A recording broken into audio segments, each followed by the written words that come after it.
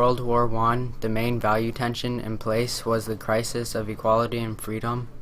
The main problem we're focusing on is African American soldiers and problems they faced during World War I. In World War I, African American soldiers were being forced to join the war due to the fact not enough whites were joining the war on their own. Most African American soldiers did not want to join, but if they declined the offer to join, they would be arrested as draft dodgers. Some African Americans did join the war willingly. They felt this was a perfect opportunity to show their patriotism and pride for their country. They also thought if they sacrificed for their country, then they would be rewarded with greater civil right when they return.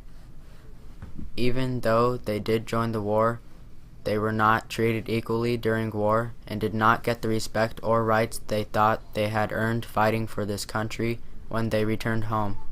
At war, they were not given the same supplies as the white soldiers. The amount they were given was often not enough, and clothes were not suitable for the chilly temperatures.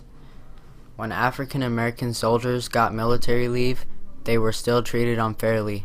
Segregation and discrimination still existed even after fighting in the war. Many African Americans decided to move north where segregation and racial discrimination was not as common.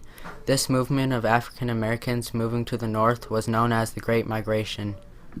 The Harlem Hellfighters were a group of African American soldiers that were put under French military command, one of which was Eugene Ballard. Eugene was a highly decorated black pilot in French Flying Corps. The Harlem Hellfighters became widely known and earned a name for African American soldiers in war, and even received a French war honor. Over time, African American soldiers gained the respect of others. African American soldiers are now treated just like any other soldier.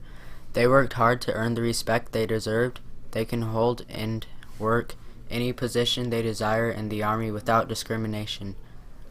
This was made possible by African American soldiers in World War I.